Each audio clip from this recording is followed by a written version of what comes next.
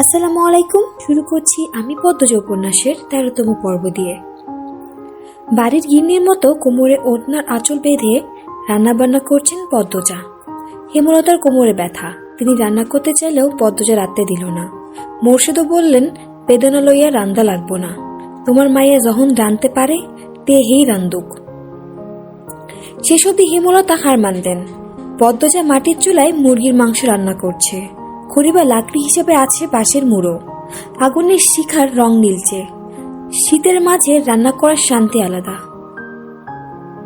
মুরগির মাংস রান্না হচ্ছে। আজ এতিম মিসকিন খাওয়ানো হবে। হেমলতা বলেন, সামর্থ্য থাকলে মাসে একবার হলেও এতিম মিসকিনদের খাওয়ানো উচিত, নয়তো ঘরে রহমত থাকে না। রান্না শেষ করে পদ্মজা হেমলতার কাছে এলো, বলল, আম্মা রান্না শেষ।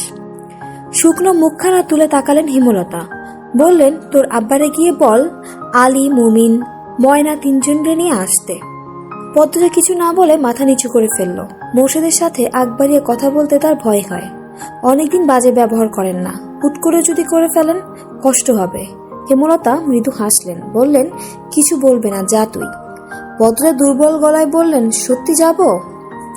হেমলতা মাথা সামনে ঝুঁকে ইঙ্গিত করেন যাওয়ার জন্য। পদ্মজা মোর্শেদকে উঠানেই পেল। মোর্শেদ চেয়ারে বসে রোদ পোহাচ্ছেন।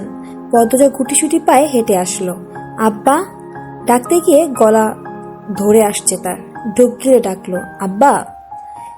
মোর্শেদ তাকান। পদ্মজার মনে হলো বুকে কিছু ধপাস করে পড়ল। পদ্মজার দৃষ্টি অস্থির রেখে মিনমিনে গলায় বললেন, আম্মা বলেছে আলীদের নিয়ে আসতে। রান্ধন শেষ? জি আব্বা। মোর্শেদ গলায় গামছা বেঁধে বেরিয়ে যান। পদ্মজা মোর্শেদের যাওয়ার পানে তাকিয়ে থাকলো বেশ কিছুক্ষণ। অনুভূতিগুলো থমকে গেছে। পদ্মজার চোখ দুটো ঝাপসা হয়ে আসলো। তাড়াতাড়ি ডান হাতের উল্টো পাশ দিয়ে চোখ মুছল। গাছ থেকে পাখির কিচিরমিচির শব্দ আসছে। সে সেদিকে তাকালো। তখনই হেমলতা ডাকলেন, পদ্ম। পদ্মজা ছুটে গেল। হন্তদন্ত হয়ে রুমে ঢুকলো। বলল, কিছু লাগবে আম্মা? না। পূর্ণা কোথায়? ঘাটে। কি করে? মাছ ধরে। বড়শি দিয়ে? জালি দিয়ে। এত বড় মেয়ে নদীতে নেমে জাল দিয়ে মাছ ধরে? আচ্ছা থাকুক, তুই আয়, বস আমার পাশে। পদ্মজা হেমলতার পায়ের কাছে বসলো, পায়ে হাত দিয়ে টিপে দেওয়ার জন্য। হেমলতা পা সরিয়ে নিয়ে বললেন, লাগবে না। এরপর শাড়ির আঁচল দিয়ে পদ্মজার কপালের ঘাম মুছে দিলেন। বললেন, কোমরের ব্যথাটা কমে এসেছে। তোর আব্বা কিছু বলেছে? না আম্মা। আচ্ছা আম্মা, আব্বা এত পাল্টালো কি করে? হেমলতা মৃদু হাসেন। উদাস হয়ে টিনের দেওয়ালে তাকান।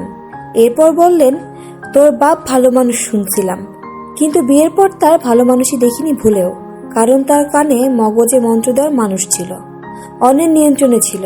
এখন আর কেউ নিয়ন্ত্রণ করে না, তাই পাল্টাচ্ছে। তোর বাপের ব্যক্তিত্ব নাই, নিজস্ব সক্রিয়তা নাই, অন্যের কথায় নাচে ভালো। শেষ কথাটা বলে হেমলতা হেসে উঠলেন। পদ্মজা কিছু বলল না। হেমলতা শুয়ে পড়লেন। আজ সারাদিন বিশ্রাম নেবেন। আগামীকাল অনেক কাজ, অনেকগুলো কাপড় জমেছে। রূপ ক্ষণিকের, গুণ চিরস্থায়ী। শেষ বয়সে এসে আব্বা বুঝেছে। পদ্মজার শীতল কণ্ঠ এবং কথার তীরে হেমলতা ভীষণভাবে চমকালেন। তিনি সেকেন্ড কয়েক কথা বলতে পারলেন না। পদ্মজা চলে যাওয়ার জন্য উপক্রম হয়। হেমলতা অবিশ্বাস্য স্বরে প্রশ্ন ছুড়লেন, এই খবর কোথায় শুনেছিস? পদ্মজা ঘাড় ঘুরে ফিরল, বলল, আমি তো তোমারই মেয়ে আম্মা। পদ্মজা চলে গেল, রেখে গেল হেমলতার অবিশ্বাস্য চাহনি। বিকালবেলা হেমলতা ঘর থেকে বের হলেন। শরীরে শান্তি এসেছে। পূর্ণা বড়ই ভর্তা করেছিল। পাশে প্রেমা। পদ্মজাকে দেখা গেল না, নিশ্চয়ই খাটে বসে আছে। প্রান্তও তো নেই।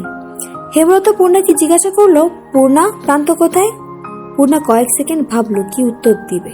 এরপর ভয়ার্ত কণ্ঠে বলল, জানি না আম্মা। জানিস না কি? প্রেমা, প্রান্ত কই? প্রেমা সহজ স্বরে বলে, আমরা ঘাটে ছিলাম, প্রান্ত উঠানে ছিল, এরপর এসে দেখি নাই। হেমলতা গলা উঁচিয়ে বলেন, কোন মুখে বলছিস জানি না? একসাথে নিয়ে থাকতে পারিস না? একা ছাড়িস কেন? কোথায় গেছে ছেলেটা? পদ্মজা বাড়ির পেছন থেকে ছুটে আসলো। হেমলতার ধমক ঘাট অবধি শোনা গেছে। কি হয়েছে? প্রান্ত বাড়ি নাই, দুইটা এই কথা বলেও নাই, বসে বড়ই ভর্তা খাচ্ছে। 3 দিন অবাধ্য হয়ে যাচ্ছে মেয়েগুলো। পূর্ণা ভয়ে জড়সড় হয়ে বসে আছে। প্রেমা হেমলতার ধমকে ভয় পাচ্ছে, কিন্তু অতটা না। হেমলতার মন কু গাইছে। তিনি নিজ রুমে যেতে যেতে পদ্মজাকে বললেন, বের হচ্ছি আমি, সাবধানে থাকবি। দুজন লোক প্রান্তকে নিয়ে বাড়িতে ঢুকলো। প্রান্তর কপাল বেয়ে রক্ত ঝরছে। পদ্মজা হেমলতাকে ডাকলো, আম্মা। এরপর দৌড়ে এলো উঠানে। প্রান্ত কাঁদছে। হেমলতা ব্যস্ত পায়ে বেরিয়ে আসেন। প্রান্তকে আহত অবস্থায় দেখে ভরকে যান। বুকটা হাহাকার করে ওঠে। তিনি ছুটে আসেন। প্রান্তকে দুহাতে জড়িয়ে ধরে লোক দুটিকে উদ্বিগ্ন হয়ে জিজ্ঞাসা করেন, কি হয়েছে? একজন লোক বলল, পলাশ মিয়ার সেরার লগে মাইল লাগছিল, সেই সেরায় পাথর দিয়া ইরা মারছে আর ফাইটটা গেছে। মোর্শেদ লাহারি ঘরের সামনে গাছ কাটছিলেন। চেঁচামেচি শুনে এগিয়ে আসেন। প্রান্তকে এমত অবস্থায় দেখে লোক দুটিকে তেজনি বলেন, কোন কুত্তার বাচ্চা সেরারে মারছে? কোন এত বড় সাহস? মোর্শেদের উত্তরের অপেক্ষা করলেন না। প্রান্তকে নিয়ে ছুটে যান বাজারে। হেমলতা রয়ে গেলেন বাড়িতে। বাজারে আজ হাট বসেছে। মোর্শেদ হেমলতাকে নিষেধ করেছেন সাথে যেতে। বাড়িতে থেকে হেমলতা হাঁসফাঁস করতে থাকেন। প্রান্ত একা বড় হয়েছে। কতবার কত রকম আঘাত পেয়েছে, দেখার কেউ ছিল না, তাই মিনমিনিয়ে কেঁদেছে। এমন বাচ্চা ছেলে এত বড় আঘাত পেয়ে চেঁচিয়ে কাঁদার কথা। কষ্ট তো আর কম পায়নি। দাঁতে দাঁত চেপে সহ্য করেছে। হেমলতার ভীষণ কষ্ট হচ্ছে। পদ্মজা ঘরে লুকিয়ে কাঁদছে। পূর্ণা প্রেমা বাড়ির বাইরে বারবার উকি দিয়ে দেখছে মোর্শেদ প্রান্তকে নিয়ে ফিরল নাকি। দেখতে দেখতে চলে এলো মেট্রিক পরীক্ষা। পরীক্ষার কেন্দ্র শহরে, যেতে লাগে 6 ঘন্টা। বাড়িতে থেকে পরীক্ষা দেওয়া অসম্ভব। পরীক্ষা কেন্দ্রেই পাশে মোর্শেদের মামা বাড়ি। মামা নেই, মামাতো ভাইয়েরা আছে। কথাবার্তা বলে সেখানেই 1.5 মাসের জন্য হেমলতা আর পদ্মজা উঠল। মোর্শেদ বাকি 2 মেয়ে আর প্রান্তকে নিয়ে বাড়িতে রয়ে গেছেন। হেমলতা পদ্মজাকে নিয়ে আসার পূর্বে এসে দেখে গেছেন পরিবেশ কেমন। মোর্শেদের 2 মামাতো ভাইয়ের মধ্যে একজন রাজধানীতে থাকে, আর একজনের বয়স হয়েছে অনেক। ছেলে মেয়েদের বিয়ে দিয়ে বউ নিয়ে একাই থাকেন। ছেলেরা শহরে চাকরি করেন। পদ্মজার জন্য উপযুক্ত স্থান, তাই আর অমত করেননি। মোর্শেদের যে ভাইটি বাড়িতে আছেন তার নাম আকবর হোসেন। 60 বয়সের একজন মানুষ। তবে আকবর হোসেনের স্ত্রী জয়নবের বয়স খুব কম, হেমলতার বয়সী। হেমলতা আকবর হোসেনকে ভাইজান বলে সম্বোধন করেন। দালান বাড়ি, বেশিরভাগ সময় বিদ্যুৎ থাকে, ফলে পদ্মজা মন দিয়ে পড়তেও পারছে, পরীক্ষাও ভালো করে দিচ্ছে। হেমলতা আকবর হোসেনের দৃষ্টি অনুসরণ করেন। শীতল প্রকৃতির লোক, তিনি নিশ্চিন্তে বিশ্বাসী লোক। রাতের খাবার আকবর হোসেনের সাথেই খেতে হয়। হেমলতা 1.5 মাসে খাওয়ার খরচ নিয়ে এসেছেন। আকবর হোসেন কিছুতেই আলাদা রাখতে দিচ্ছেন না। এভাবে অন্যের বোঝা হয়ে থাকতে হেমলতার আত্মসম্মানে লাগে। তিনি কথায় কথায় জানতে পারেন আকবর হোসেন এবং জয়নবের নকশিকাঁথা খুব পছন্দ, তাই তিনি নকশিকাঁথা সেলাই করছেন। যতক্ষণ পদ্মজা পরীক্ষা দেয় ততক্ষণ হেমলতা কেন্দ্রের বাইরে কোথাও বসে অথবা দাঁড়িয়ে অপেক্ষা করেন। অনেক রাত অবধি পদ্মজা পড়ে। আজ অনেকক্ষণ ধরে সে কি যেন ভাবছে। হেমলতা ব্যাপারটা খেয়াল করেন। পদ্মজার পাশে বসে জিজ্ঞাসা করেন, পদ্ম, কি ভাবছিস? পদ্মজা এক নজর হেমলতাকে দেখে চোখ ফিরিয়ে নিল। হেমলতা তাকিয়ে আছেন জানার জন্য। পদ্মজা দ্বিধা নিয়ে বলল, রাগ করবে না তো? হেমলতা পদ্মজাকে পরখ করে নিলেন। এরপর বললেন, কি জানতে চাস? পদ্মজা এদিক ওদিক চোখ বুলায়। কিভাবে শুরু করবে বুঝে উঠতে পারছে না।